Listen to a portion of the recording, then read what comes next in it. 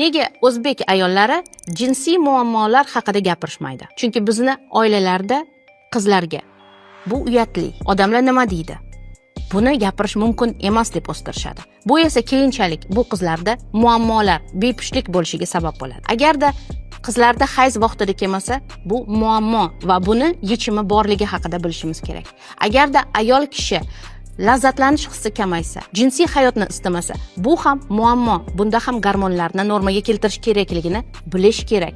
Agarda ayol kishida vaqtli hayz to'xtasa, ya'ni menopauza vaqtli bo'lsa, bu ham muammo va bu keyinchalik suyaklarni sinishiga, asabni yomonlashishiga, infarkt, insult, tromboz holatlariga olib kelishi mumkinligini bilish kerak va bu muammoni gormonal fonni to'g'rilagan holatda yechish kerak. Agarda sizlarda ham shu muammolar bor bo'lsa, demak uni davolash kerak.